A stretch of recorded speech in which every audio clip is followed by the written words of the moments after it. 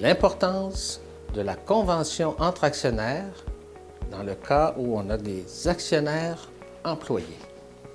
Je suis Serge Girard, avocat du cabinet Force Légale. Dans les PME, les actionnaires sont souvent également les personnes qui travaillent à l'intérieur de la société.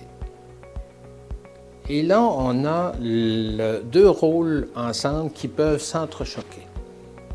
En tant qu'employé, on a droit normalement à un salaire et aux protections offertes aux salariés par différentes lois. On pense en particulier à la loi sur les normes du travail. En tant qu'actionnaire, il n'est pas rare qu'on travaille sans retirer un salaire pour donner le temps à l'entreprise de faire monter son chiffre d'affaires et de dégager des profits.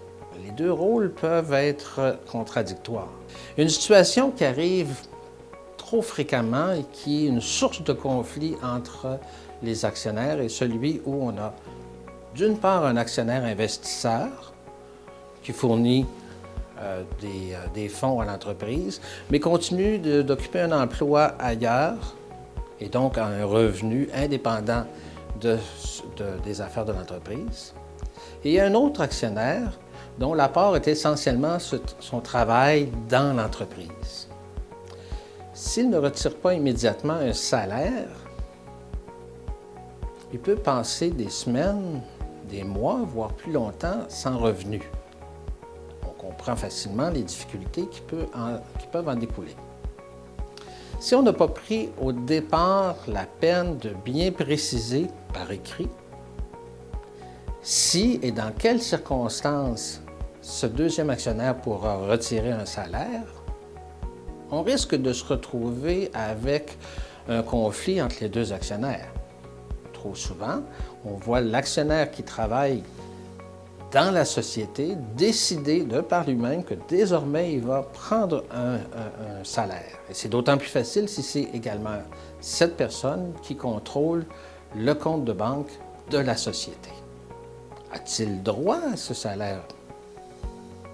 Est-il en train de porter préjudice à l'entreprise? Et à la fin de l'année, lorsqu'on déclarera des dividendes, est-ce que ces sommes-là seront déduites des sommes qui normalement lui seraient payées à titre de dividendes ou vont-elles s'ajouter aux dividendes? On voit le potentiel de conflit qui peut arriver entre les deux actionnaires.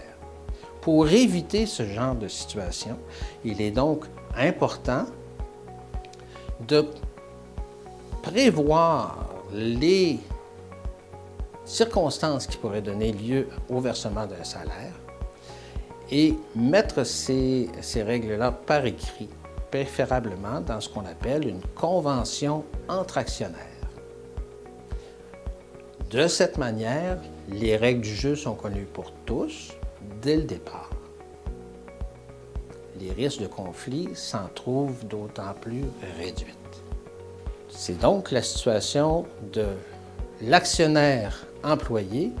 Je suis Serge Girard, avocat spécialisé en droit des affaires du cabinet Force Légale.